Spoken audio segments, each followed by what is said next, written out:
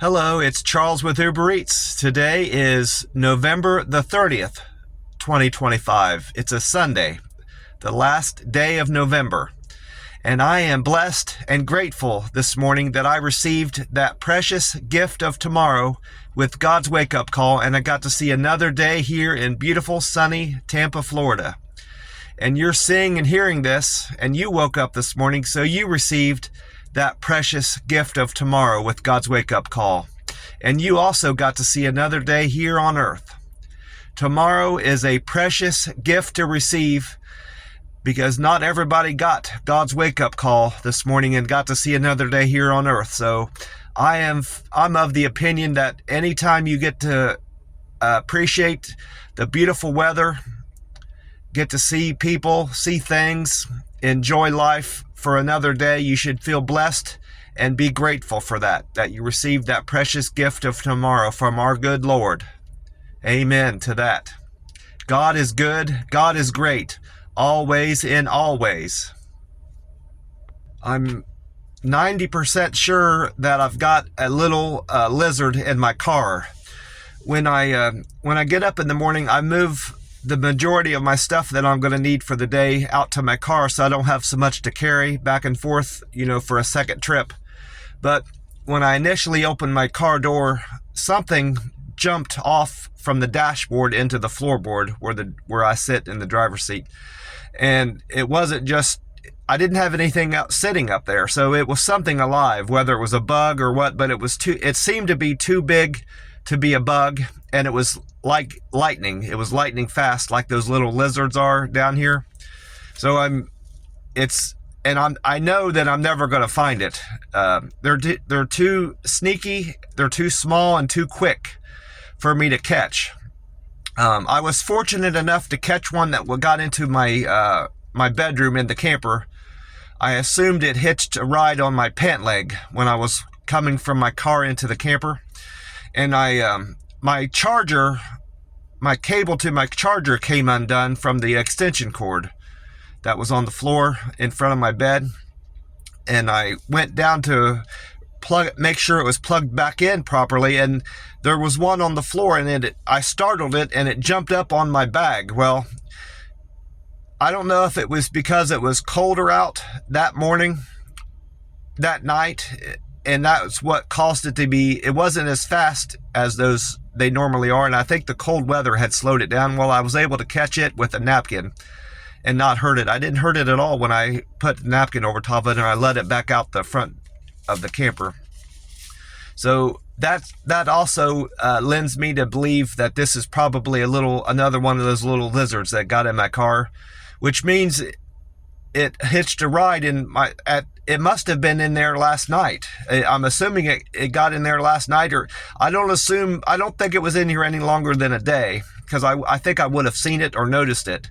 So at some point yesterday when I was getting in and out of my car, another one jumped on my pant leg and got into my car. So I would like to be able to catch it and free it and get it out of my car before it dies, but it's not likely. I'm going to look for it under my seats of my car when it gets to be daylight and when it's in between deliveries to see if I can spot anything, but I don't have any hopes of that. I know they have a lot of these, not nearly as much as I've seen here in Tampa, Florida, but I've seen a good bit of them when I was out on walks in southern Texas, McAllen, Texas. I lived in McAllen and I lived in Edinburgh. I lived in two different places down there in the Rio Grande Valley. And I saw a lot of them, but I saw brown ones and green ones in McAllen. And I was curious what they were. I had a sense of what they were because they're the same. They look the same as the type of lizard we had in our elementary class. One of our science teachers had them in an aquarium in one of the classrooms, and back then they called them anoles, A-N-O-L-E-S. So I assumed that's what they were, and I was correct in that assumption. I looked them up when I moved to Texas just out of curiosity what they were. I typed into Meta AI back then, what are those little brown and green lizards I'm seeing in southern Texas? And they came up brown and green anoles. And according to Meta AI, the green anole is native to southern Texas, and the brown ones I was seeing in Texas are not native, and they're like an invasive species from Cuba or some other country. It said, I don't remember where, but here so far in Tampa, I'm only seeing the brown ones, like I saw that are native to Texas. So I haven't seen. Well, no, the brown ones are called the invasive species. So I'm seeing what Meta AI considered the invasive species. I'm seeing that here in Florida. I haven't seen any green ones like I was seeing in Texas. I've just seen the brown ones down here, and they're harmless little lizards. They won't hurt you. I think they're actually kind of cute. They look like little alligators when they're out running. You just startle them, and you're walking down the sidewalk, and they try to run away from you. They look like little alligators running away. They're actually kind of cute, but they're certainly fast. And generally speaking, you can't hope to ever catch one unless they're in a confined space like that one was in my bedroom in my camper. I managed to catch it and get it out of there, thankfully. Which reminds me, I need to make sure whenever I'm coming into the camper at night that I'm kind of brushing off my pant legs to make sure there's not any of those little lizards hitchhiking their way into the camper where I sleep at night. Which also, I've been considering getting rid. Well, I can't get rid of it, but I've been considering disabling Gemini, that new thing that Google added to my phone with that download. And you can't take it off your phone. It's an unremovable app, but you can disable it, which is just as good. But I don't think I'm going to do that now. I've learned how to avoid causing that swiping issue with my phone. Sometimes when I was swiping on my Uber Eats app, it would bring up Gemini. Well, I've learned how to avoid that. I don't swipe down so far from the bottom of my phone. I swipe more in the middle, and that doesn't cause Gemini to be activated. And I was also concerned about the memory, how much memory this new app, Gemini app, was taking on my phone. Well, I can't help what memory it's taking up on my phone, but it doesn't seem to have taken up any memory. Whenever I delete everything out, all the pictures and video and calendar events that I delete, and then I take them off of those are being saved for 30 days somewhere in my phone. You can remove that also, so there's no record of that on your phone. Well, once I clear all that out of my phone always goes back to about 50% of its memory is being used. Well, it's still at 55%. So Gemini is not taking up any extra memory on my phone. So I'm going to just keep it on my phone. And now that I've learned how to prevent it from causing me problems with activating while I'm running Uber Eats, I don't see any need to take it off, to even disable it. And my brother, another issue I was having with it was I wasn't able to stop the mapping on my phone by rebooting my phone. But I talked to my brother about that, and he showed me how to stop the mapping, Google mapping on my phone without rebooting my phone. And he also says that you don't want to keep rebooting your phone. That's not good.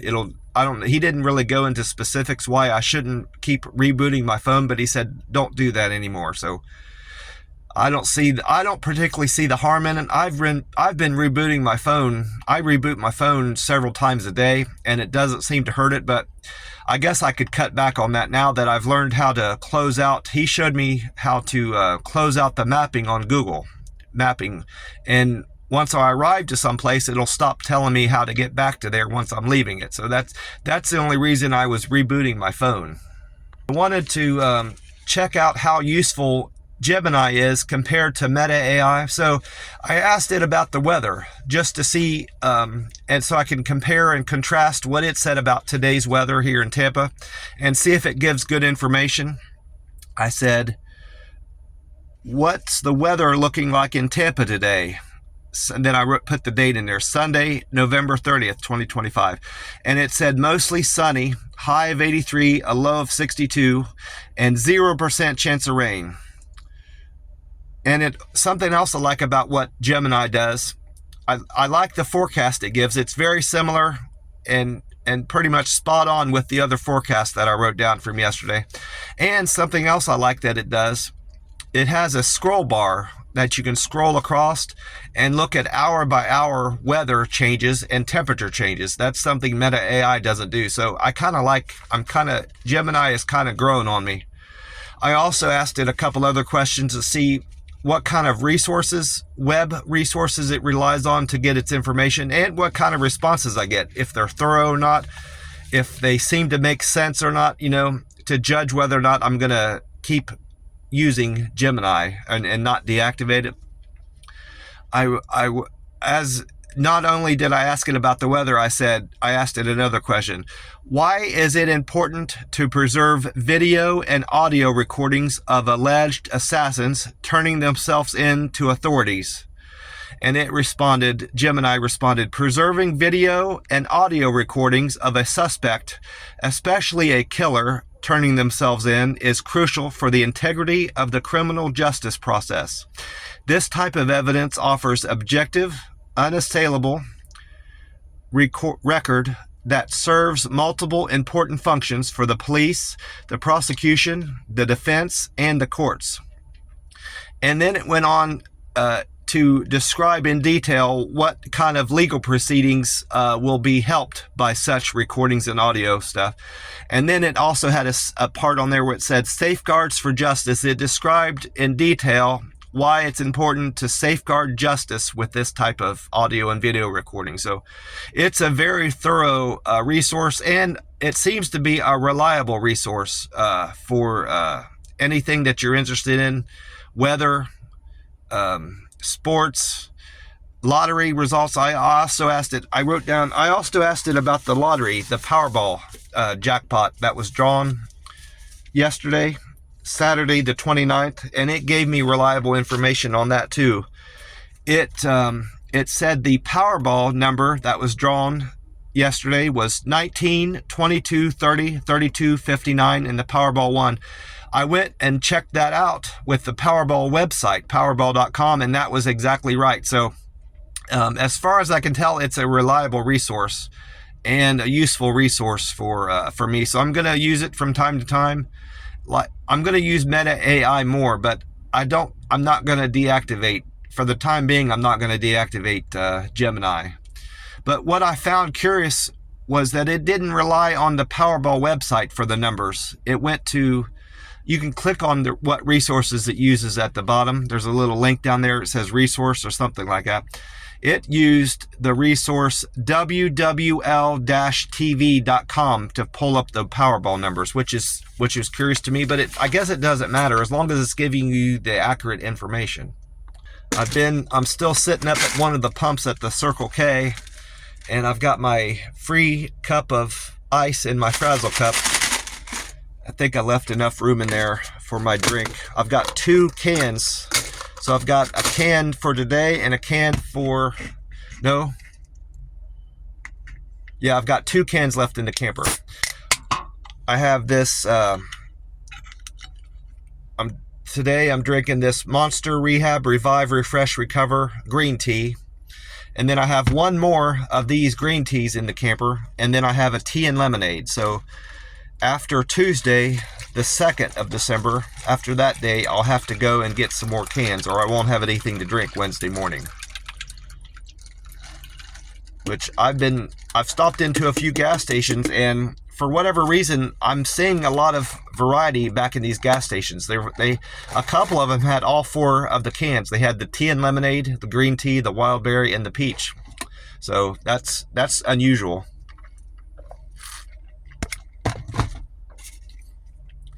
This can is hard to read, but it says F2519. So F is the 6th letter of the alphabet.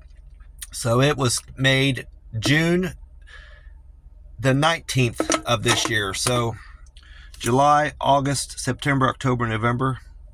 That's 5 months.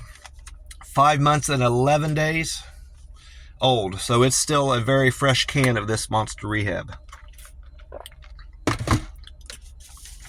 I also went on to a couple other resources besides Gemini to find out about the weather today.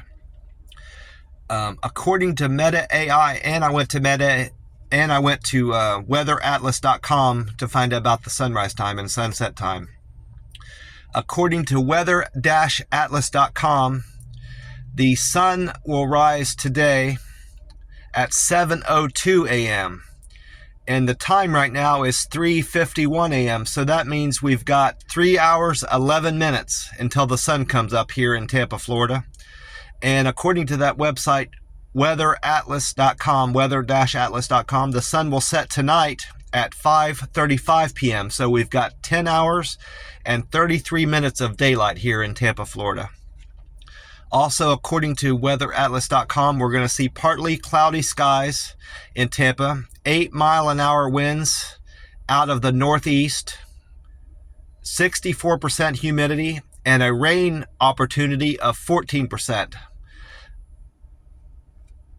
Sunday,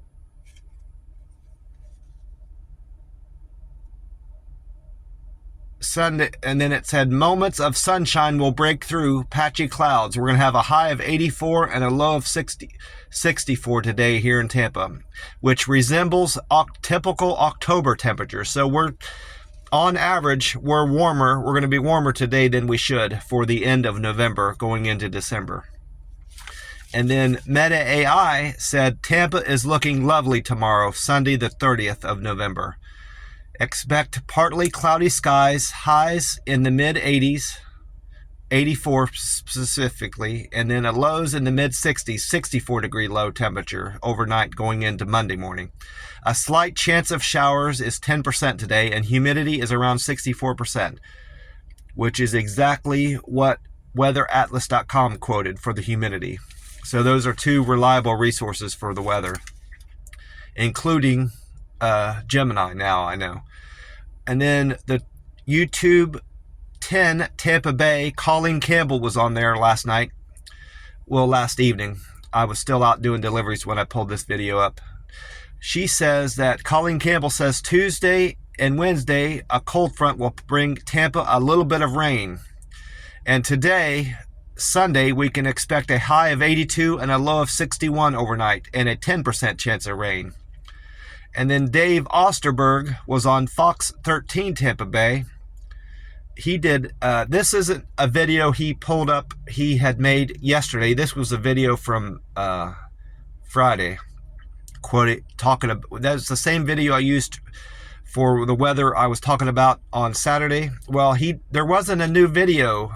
Fox 13 Tampa Bay isn't as good as putting up new videos for the weather as 10 Tampa Bay is, but I utilized the video from Saturday for Sunday's weather. He said that we're going to see a high of 81 and a low of 60, partly sunny skies and light winds. Tampa is soon to transition to more humid days in the coming days compared to the previous week. And then I also caught Juliana Mejia.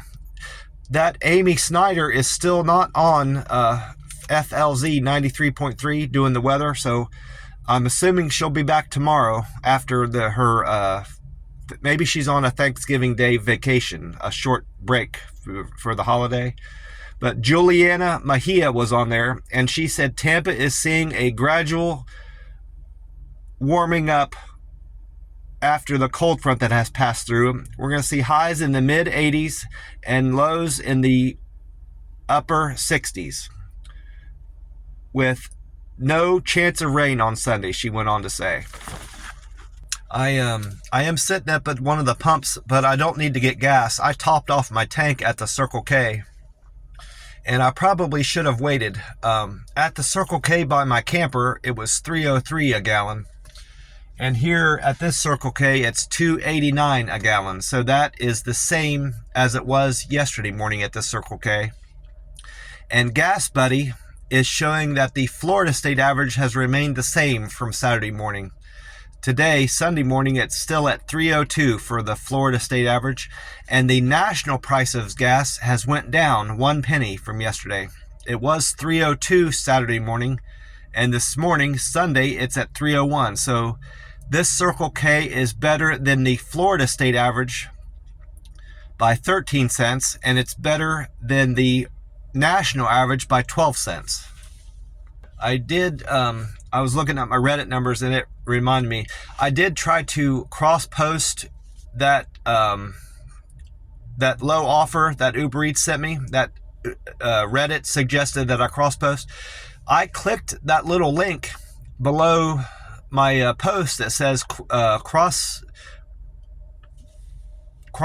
or whatever it says, and it took me to another page, and it brought up my post up there, and then above that it gave me a little place where I can type in what community I want to post it to. Well, I started typing in tipping, but once I started typing in tipping, these other suggestions came up, and then eventually I saw tipping on there when I had enough of the word wrote out. Well, I went down and I clicked on tipping where it brought up that suggestion, and it wouldn't go anywhere. It wouldn't open up a new page, to show that it was going to bring up my same post in that tipping community. So I gave up on that, doing it that way. I just went in and joined the tipping community on Reddit and did my own post. I didn't use the cross posting link that was provided on the website. I just directly posted it on there. And because I did it that way, I already deleted that screenshot I took. I had to take another screenshot of my post, that picture, that screenshot I took, and I cropped it down and I reposted that. Well, it wouldn't accept any pictures. It wouldn't let me upload any pictures to the tipping subreddit. It would only let me write out, what I wanted to say, so I just did that. That might be because I haven't been vetted yet in this new community, and it's not going to let me put any pictures up yet until they find out what kind of Redditor I am on that sub community. That's the only reason I can assume why it's not letting me put pictures up there yet, or screenshots.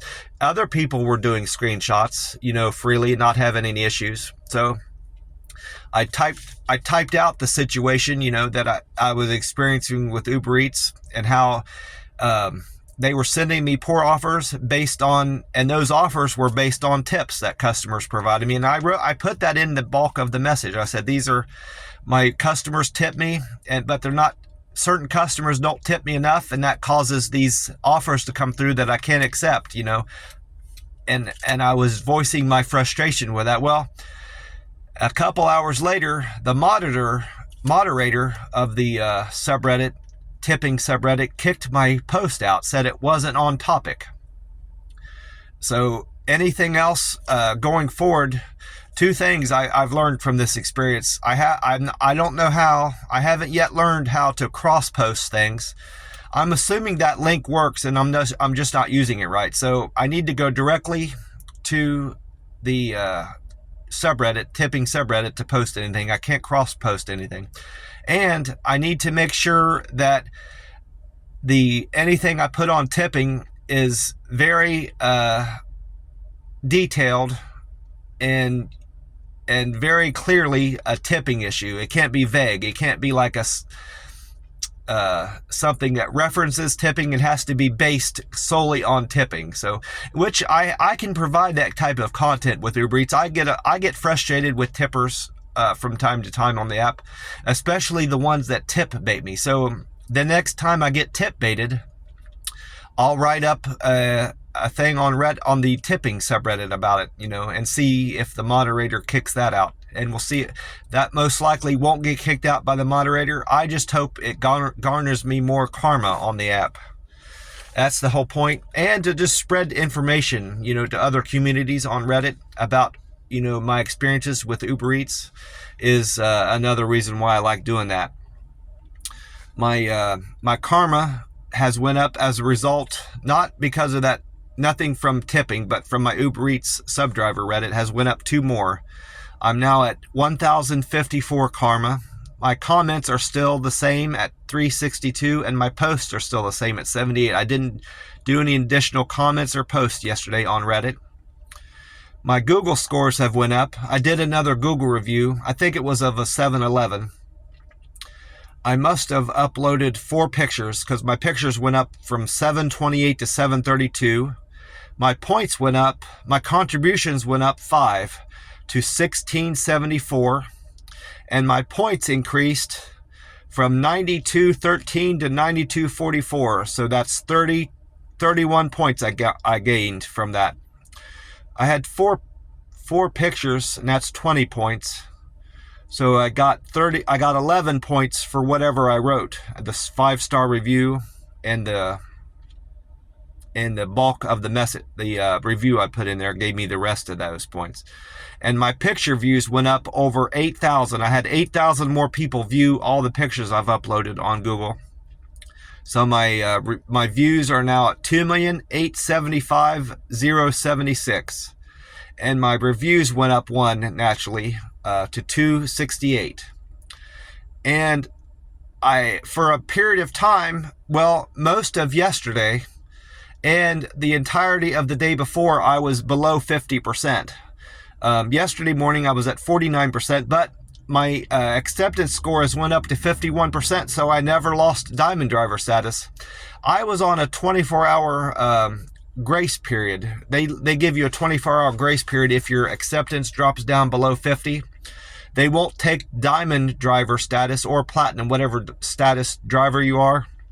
They won't take that away from you for 24 hours. They give you an opportunity to get your acceptance score back up, which I'm not striving to do that. I'm not doing that to keep any type of diamond driver status or platinum driver status. I don't really care for that. My opinion on that is if they're so concerned about our accepting enough orders, they need to send us profitable orders where we can justify taking something. I'm not going to take an order just for a favor for a customer. Some of these orders you end up actually paying for part of the customer's order because, imagine I imagine the customer sitting at home and deciding to get something to eat. Well, they get in their car, let's say they burn 55 cents or 60 cents gas out of their car. They take 30 to 40 minutes to get their car. That's time is money. And, they spend a certain amount of money on the food. Well, I'm doing all that. I'm doing the driving and saving them time out of their day. So I'm saving them gas and time. Well, if I'm going to burn that 50 or 60 cents out of my tank, and I'm taking 30 or 40 minutes of my time, which is money, if that doesn't net me, if I don't gain any money from that, I'm actually paying for part of their food. I've expressed that sentiment in the same way in more detail to certain people, and some people just don't seem to get it. I've done that on Reddit. I've shared that kind of sentiment and opinion on Reddit, and I've gotten negative feedback from people on there and in person. I've talked to people about my philosophy on tipping, and either they're quiet about it, they don't have much to say, or they just outright disagree with me. I've had a few people agree with me, but for the most part I don't get a lot of positive feedback on that point of view. But I'm not going to change my point of view. I know I'm correct in that specifically, that I'm paying when I spend part of my time delivering food and I'm not gaining anything monetarily out of it because I'm putting all the money and more back into my tank. I'm actually paying for the customer's order. There's no way around that, which is why I have those 3 criteria I look for in an order. I don't take anything generally. I have broken this rule from time to time if it's part of a double, but generally I don't take anything less than $5. 100% of the time, I don't take anything that pays less than $15 an hour or pays less than $1 and a mile. So doing those 3 things ensures me that I'm going to make a profit on any particular order I take, assuming that I'm able to pick it up. Now, when I get to a restaurant and the order has been stolen, I can't help that. There's nothing I can do about that. I have no way of influence influence the profit that I'm making with this app by making good decisions on what orders I take. I can't help it if the restaurant isn't able to fulfill the order because they don't have the right ingredients, or it's the order's been stolen, or other, circumstances like that where I can't pick up the order. I did check out my other metrics on Uber Eats. My customer satisfaction is still at 99%. I've canceled 0 orders in the last several days, so I've been fortunate there. That's surprising that I haven't had to cancel any orders. Usually that happens once or twice a week, but it's been at 0 for a good while now. I had 3 more customers say I delivered to their door with great care. I'm now at 519 stars there. I had 2 more people say I'm friendly with my service. 468 people have said that so far. 2 more people yesterday said I was quick and efficient with my delivery. I had 2 people say I'm a good communicator, and then 3 people said I delivered with a perfect handoff. So perfect handoff is still my area of opportunity where where I'm performing the worst. So I need to work on making sure I'm delivering, following through with all my customers' requests, and making sure that I'm delivering to the door and not, spilling their drink or making a mess of their food. I haven't done that, but I've seen pictures on the Uber Eats the subreddit, Uber Eats driver subreddit, and there's a Facebook group I belong to for Uber Eats drivers. There's customers on there too that post stuff on there of pictures where drivers have dropped off food at their door. They do that on Facebook, and they do it. There's some customers that belong to this Uber Eats subdriver Reddit. There's customers in there. I see them posting stuff all the time, and they show pictures on there where drivers have dropped off food at the door and just made a mess. So that's another thing I need to be mindful of, that I'm being careful when I'm setting food down by their door. Especially one of the biggest gripes I've seen from customers on Facebook, that Facebook group and my Uber Eats driver subreddit, is when drivers set food down in front of the door and the door opens outward like it's a screen door, and the driver doesn't realize it, or they're not mindful of that, and the customer can't open their door without making a mess of their food. So that's another thing I've always been cautious about. No one had to tell me about that. I've always been cognizant of that and aware of that. So I screw up. I'm not saying I'm perfect by any means. I've screwed up. I screw up stuff every day, a little bit of things every day, not major screw ups, but I screw up a little bit every day with something with my Uber Eats app. And luckily, it's not such a big screw up that it's impactful on my my customer's experience. But that's one thing that I've never screwed up that I'm aware of, is setting food in front of someone's door where they can't open it up. I learned that from my experience delivering pizza. I've been delivering pizza off and on since I was 19 or 20. I started off working at Domino's Pizza back when I was 19, and I had a good trainer, a good guy as a role model for delivering pizza, and that was one of the things he taught me. Not if the door opens out or they have a screen door, make sure you're not setting it directly in front of that screen door. And that's that seems like a simple thing, but there's still many drivers screwing that up. So it's not necessarily a simple thing or an easy thing to understand. A lot of drivers still mess that up. I had a fantastic day yesterday. Enjoyed some beautiful weather here in Tampa, and made some good money on the Uber Eats app. I didn't have to rewrite this. I wrote it. I managed to write this fairly neatly throughout the day, thankfully. Even later in the day, my handwriting didn't kind of fall apart like it has been. I had 24 deliveries and probably closer to 30 customers. So because I did have a good bit of doubles on here. My first delivery of the day was for Mike. Mike wanted Burger King.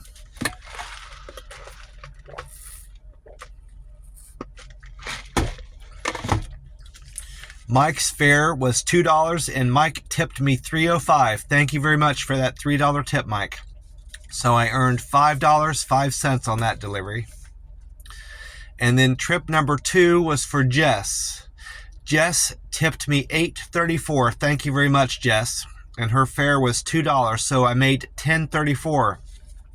But then an hour later, when I went back to see if that tip has went through, she increased my tip by $4 more. So she actually tipped me $12.34. Thank you very much for that $12 tip, Jess, and thank you for increasing my tip. I appreciate that.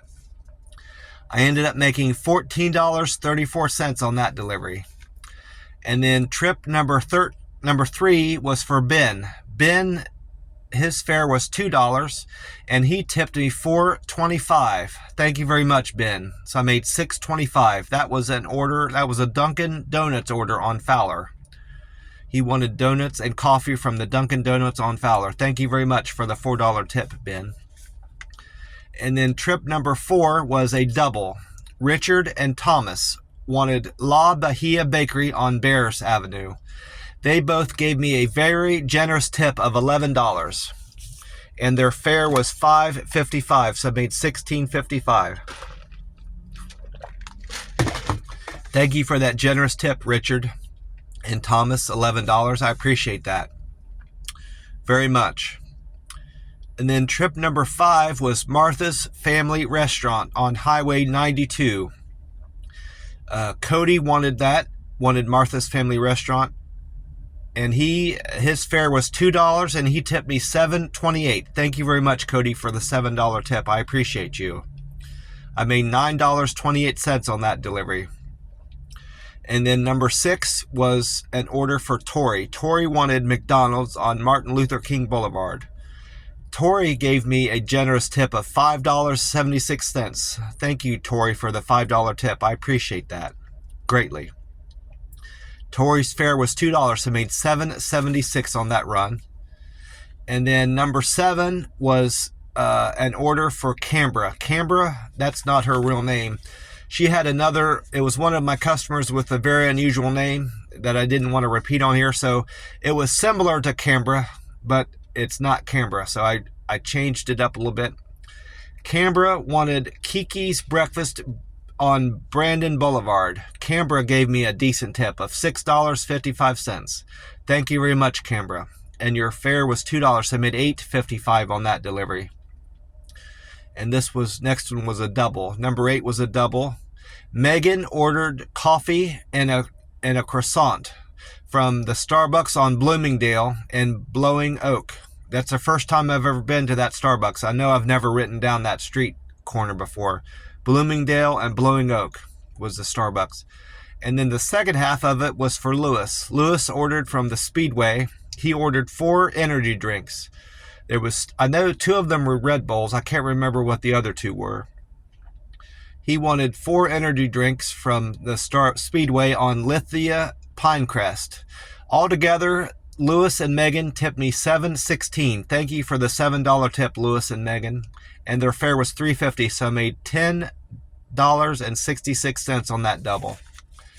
And then trip number 9 was for Dennis. Dennis ordered from Chill Coffee. That's a funny name for a coffee place, but it's something that you'll never forget once you've been there and once you read it. It's spelled chill, like you'd spell chill, but then coffee is spelled Cawfee. Chill Coffee on Lithia Pinecrest. Ryan gave me this was a double. Ryan and Dennis, that was the first half, and then Dennis wanted brunchery on Lynx Paw Trail. Altogether, they tipped me $12, and their fare was $3.11. Thank you very much, Ryan and Dennis, for the $12 tip. I made $15.11 on that run. And then trip number 10 was for Steve. Steve wanted breakfast from IHOP. The IHOP was on Brandon Boulevard. Steve gave me a decent tip of $5.20, and his fare was $2. Thank you very much, Steve, for that $5 tip. I made $7.20 on that delivery. And then trip number 11 was for Eddie. Eddie wanted Jersey Mike subs on Brandon Boulevard. Eddie gave me a good tip, a big tip of $8.85. Thank you very much, Eddie, for that. His fare was $2, so I made $10.85. And then trip number 12 was for Astra. That's another one I had to change their name a little bit. Her name was something similar to Astra, but not, not that. I don't know how I come up with these different names. I just, whatever occurs to me to change their name a little bit to is what I just go with. I know Astra is not a good name for someone, but Astra, but that's the name that came to mind when I saw that unusual name. So Astra ordered Einstein Bagels on Brandon Boulevard. Astra's fare was $2 and she tipped me $7.44. Thank you very much for the $7 tip, Astra. Your fare, altogether, I made $9.44 on that delivery. And then Brant ordered from Wingstop on Martin Luther King Boulevard. Brant's fare was $2 and he tipped me $7, so I made $9 on that run. And then this is another one where the customer increased my tip. Leslie, my 14th delivery was for Leslie. Leslie ordered pizza and wings from Munchie Pizza on Martin Luther King. Her fare was $2, and I guess it could be a guy. Leslie is one of those names that could be a guy's name or a girl's name, but Leslie fare was $2 and they tipped me $6.92, so I made $8.92. But then later on, Leslie decided to give me $3 more, so I actually made $11.92. Thank you very much for the $9.92 tip, Leslie. I appreciate that. And then trip number 15 was for Andy. Andy ordered from Moe's Southwest Grill on Brandon Boulevard. Andy's fare was $2 and Andy tipped me $9.65, so I made $11.65 on that delivery. Thank you very much, Andy. I appreciate the $9 tip. That means a lot to me. I think you're one of my I remember delivering for Andy and the Moe's Grill, sending him Moe's Southwest Grill. So I think you're one of my regular customers, Andy. I appreciate you. And then trip number 16 was for Kelly. Kelly ordered pizza and a soda from Pizza Hut on Highway 60. Her fare was $2 and Kelly gave me a decent tip of $7.26. Thank you, Kelly, for that $7 tip. I made $9.26 on that delivery. Now, trips number 17 and 18 I wrote down separately, but Uber Eats grouped them together like a double. So the first half of the double was for Alyssa. Alyssa ordered from the Chipotle on Highway 60, and I wrote down her. No. Then the second half was for John. John ordered West Shore Pizza on Kingsway Road. Altogether, they tipped me, John and Alyssa tipped me $15. Thank you very much for that very generous tip. That's a big tip. Appreciate that. And their fare was $3.11, so I made $18.11 on that double. And then number 19 was also a double. Damon ordered from the Taco Bell on Martin Luther King, and Catherine ordered from Grape Leaf Express on Adamo. They gave me a tip of $5, and the fare was $2, so I made $7 on that double, which is kind of a small double. But I am thankful for the tip from the both of you, Catherine and Damon. I appreciate that. It ended up being profitable, or I wouldn't have taken it. So I can't complain. I accepted the order, so I'm not complaining about it. I'm just, sometimes I'm surprised by one double might be $30, and then another double comes through and I only make $7 on it. So the randomness of this is what is curious to me. And then trip number 20 was also a double. Paul ordered from the IHOP on Brandon Boulevard, and Sean ordered from the Chipotle Mexican Grill on Highway 60. I got a $7 tip from Paul and Brandon. Thank you very much for that. And their fare was $3.02, so made $10.02 on that delivery. And then it grouped, number 21 and 22 got grouped together. Aaron ordered from Kyoto Palace on Alexander Street, and Millie ordered from Chipotle Mexican Grill on, no, this was a triple, actually. Jamie ordered from Chipotle Mexican Grill on Highway 60. Millie ordered from Moe's Southwest Grill on Brandon. And then you got Aaron on Kyoto Palace, Alexander. Altogether, I made $33 on this triple, and that was my best paying run of the day. Thank you very much for the $27 tip. That was very generous of the three of you, Aaron, Millie, and Jamie. I really appreciate that $27 tip. That means a lot. And their fare was $6. I really appreciate the three of you. And trip number 23 was for Amy. Amy ordered pizza from ABC Pizza in Plant City. Amy gave me a decent tip of $6. Thank you very, very much for the $6 tip, Amy. And her fare was $2, so I made $8 on that delivery.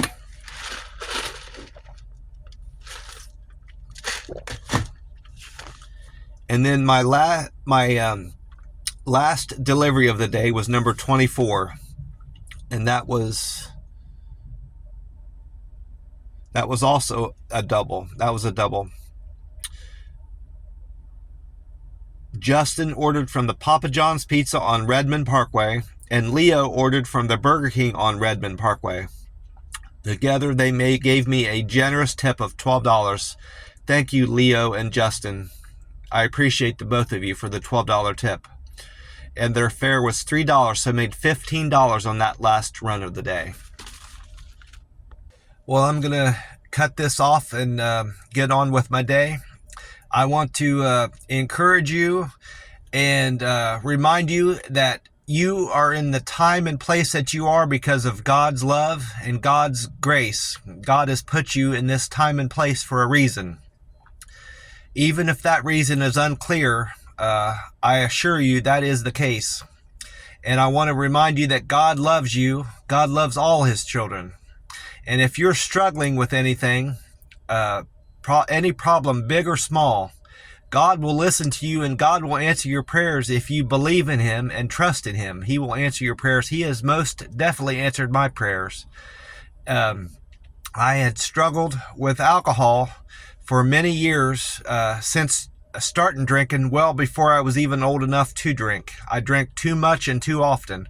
But I finally decided that I needed to quit, and I knew I needed help. So I prayed to God and asked God for help, and God answered my prayers. And since September 1st of 2022, I've quit drinking. I haven't had any alcohol. That'll be this December 1st. Tomorrow will be 3 years and 3 months since I quit drinking alcohol, and I owe that entirely to God's good grace and God's love for me. And I certainly love God, and I do my best to honor God every day. I talk to God every day, and I pray to God every day, and I know I'm blessed for having God's good grace and God's love in my life. You cannot go wrong by trusting in God and honoring God and praying to God and talking to God. You cannot go wrong in that. So, and I want to encourage you all, if you're struggling with alcohol, a meth addiction, any addiction to pills, if you're wanting to quit smoking, wanting to quit marijuana, anything like that, any addictions you have, if you pray to God and talk to God about your problems, he will bring you relief in time. You just have to be patient. And if you're struggling with bills, taxes, your job, relationship problems, emotional problems, anything like that, talk to God about it, and you will find relief in God, in God's love. God is good. God is great, always and always. Amen. Well, God bless you all, and I will talk to you soon. Bye for now.